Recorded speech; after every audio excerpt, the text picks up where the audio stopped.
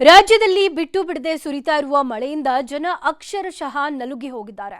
ಒಂದು ಕಡೆ ಮನೆ ಕುಸಿದು ಮಹಿಳೆ ಸಾವನ್ನಪ್ಪಿದ್ರೆ ಮತ್ತೊಂದು ಕಡೆ ಬೆಳೆ ಕಳ್ಕೊಂಡು ರೈತರು ಕಂಗಾಲಾಗಿದ್ದಾರೆ.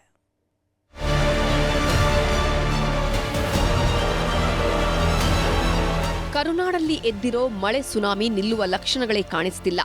ರಾಜ್ಯದ ಮೂಲೆ ಮೂಲೆಯಲ್ಲೂ ಜಲಪ್ರಳಯ ಸೃಷ್ಟಿಸುತ್ತಿದೆ. ಕಣ್ಣು ಹಾಯಿಸಿದಷ್ಟೂ ದೂರ ನೀರೇ ನೀರು. ಬೆಳೆಗಳೆಲ್ಲ ನೆಲ ಕಚ್ಚಿದ್ರೆ ಅನ್ನದಾತರ ಗೋಳು ಮಾತ್ರ ಹೇಳತೀರದಾಗಿದೆ.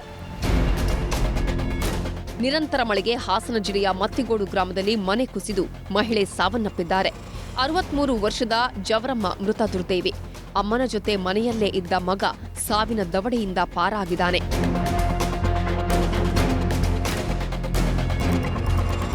ರಾಜ್ಯದಲ್ಲಿ ಮಹಾಮಳೆ ಅಬ್ಬರಿಸಿ ಬೊಬ್ಬಿರಿತಿದೆ. ಬಿಟ್ಟು ಬಿಡದೆ ಸುರಿತಿರೋ ಮಳೆಗೆ ಕೊಪ್ಪಳ ಜಿಲ್ಲೆಯ ಜನ ಅಕ್ಷರಶಃ ನಲುಗಿ ಹೋಗಿದ್ದಾರೆ. ಗಾಳಿ ಮಳೆಗೆ ಕಟಾವಿಗೆ ಬಂದಿದ್ದ ಭತ್ತದ ಬೆಳೆ ನೆಲಕಚ್ಚಿದೆ. ಇದರಿಂದ ರಾಮರಾಜಪೇಟೆಯ ಲಕ್ಷ್ಮಣ ಎಂಬ ರೈತ ನೊಂದು ಆತ್ಮಹತ್ಯೆಗೆ ಯತ್ನಿಸಿದ್ದಾರೆ. ಎಣ್ಣೆ ಕುಡಿಬೇಕಂದ್ರೆ ಇವ್ರು ನಮ್ಮ ಮಾವ ನಮ್ಮ ಕಾಕ ಅವರಿದ್ದು ಬೇಡ, ಏನೋ ಒಂದು ಮಾಡೋಣ ತಡಿ, ಪರಿಹಾರ ನೋಡೋಣ, ಆದಷ್ಟು ಪ್ರಯತ್ನ ಮಾಡೋಣ ಅನ್ನಕ್ಕೆ ಕುಂತಾರ. ಅದಕ್ಕೆ ಸ್ಟಾಪ್ ಆಗೀನಿ. ಏನು ಮಾಡ್ಬೇಕು ನನಗೆ ತಿಳಿಯವಲ್ದು, ದಿಕ್ಕು ತಿಳಿಯವಲ್ದು. ಅದಕ್ಕೆ 5 ಜನ ಹಿಡ್ಕೊಂಡಿದ್ದೆ. ಅವ್ರು ಬಂದು ಬೇಡ ಅಂತ ಕಸ್ಕೊಂಡು ಹೋಗಿದ್ದಕ್ಕೆ ಸುಮ್ಮನೆ ಆಗೀನಿ. ಅದು ಏನು ಮಾಡ್ಬೇಕು ದಿಕ್ಕು ತಿಳಿಯೋ ಎಲ್ಲ ನೀವು ಸರ್ಕಾರನ ನಮ್ಗೆ ಸಹಕಾರ ಕೊಡಬೇಕು ಅಂತೇಳಿ ನಾನು ಮನವಿ ಮಾಡ್ತೀನಿ. ಮೈಸೂರಲ್ಲೂ ಮಹಾಮಳೆ ಅಬ್ಬರಿಸಿದೆ.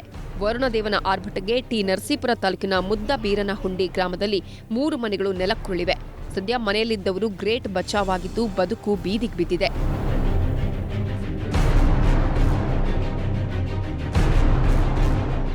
ಇನ್ನು ಕೊಪ್ಪಳ ಜಿಲ್ಲೆಯ ಹಿನ್ನೆಲೆ, ಬಸಾಪುರ, ಅಗಳಕೇರಿ, ಹಿಟ್ನಾಳ, ಹರ್ಲಾಪುರ ಸೇರಿ ಹಲವು ಕಡೆ ಭತ್ತದ ಬೆಳೆ ಸರ್ವನಾಶವಾಗಿದೆ.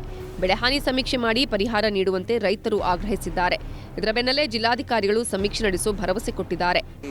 ಯಾವ ರೀತಿ ಇರುತ್ತೆ ಅಂದರೆ, ಒಂದು ನಮ್ಮಲ್ಲಿ ಪೋಸ್ಟ್ ಹಾರ್ವೆಸ್ಟ್ ಬಗ್ಗೆ ನಾನು ಮಾತಾಡೋಕ್ಕೆ ಹೋಗಲ್ಲ, ಬಟ್ ಬೆಳೆ ಹಾನಿ ಆದಾಗ ನಾವು NDRF ಗೈಡ್ಲೈನ್ಸ್ ಪ್ರಕಾರ ನಾವು ಪರಿಹಾರ ಕೊಡ್ತೀವಿ.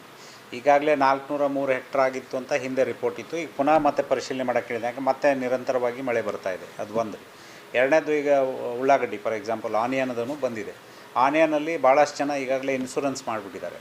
ಅವ್ರಿಗೆ ಇನ್ಶೂರೆನ್ಸ್ ಕ್ಲೇಮ್ ಆಗುತ್ತೆ. ಮಳೆ ಬಂದರೆ ಆಗುವ ಅವಾಂತರಗಳು ಒಂದೆರಡಲ್ಲ ಬಿಡಿ.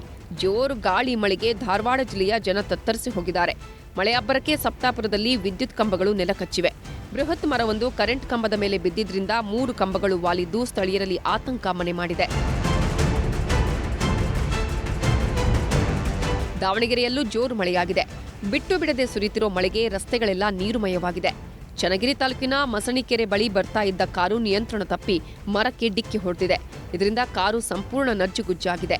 ಕಾರಲ್ಲಿದ್ದವರಿಗೆ ಸಣ್ಣ ಪುಟ್ಟ ಗಾಯಗಳಾಗಿವೆ. ನಿರಂತರ ಮಳೆಗೆ ಉಡುಪಿಯ ಮಲ್ಪೆ ಮೀನುಗಾರಿಕಾ ರಸ್ತೆ ಅಧೋಗತಿಗೆ ತಲುಪಿದೆ. ರೋಡ್ಗಳೆಲ್ಲ ಗುಂಡಿಮಯವಾಗಿದ್ದು ಸಾಲು ಸಾಲು ಅವಾಂತರಗಳು ಸೃಷ್ಟಿಯಾಗಿವೆ. ವಯೋವೃದ್ಧರನ್ನ ಕರೆದುಕೊಂಡು ಹೋಗ್ತಾ ಇದ್ದ ಆಟೋ ಗುಂಡಿಗೆ ಬಿದ್ದು ಪಲ್ಟಿ ಹೊಡೆದಿದೆ.